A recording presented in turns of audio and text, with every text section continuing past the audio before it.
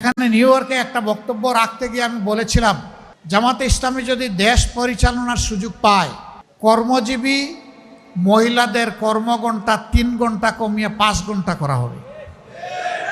আরে যাই বলছি, বাংলাদেশের বঙ্গোপসাগরে জোয়ার শুরু হয়ে গেছে, চতুর্দিকে সমালোচনার ঝড়। হায় হায়, কি বলল জামাতের আমির সাহেব, এখন তো আর মহিলারা কোনো কাজই পাবে না।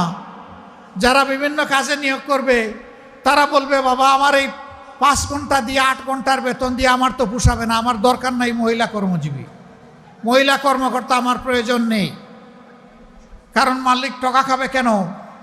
আরেক দল বলতেছে, যাও মহিলারা একটু রুজি রোজগার করতো, রাস্তাটা দিলেন আপনি বন্ধ করে। ভাই, একদিনে সব কথা বলা যায় না। বিবেচনা না করে, চিন্তা না করে এই কথা বলি নাই। আপনি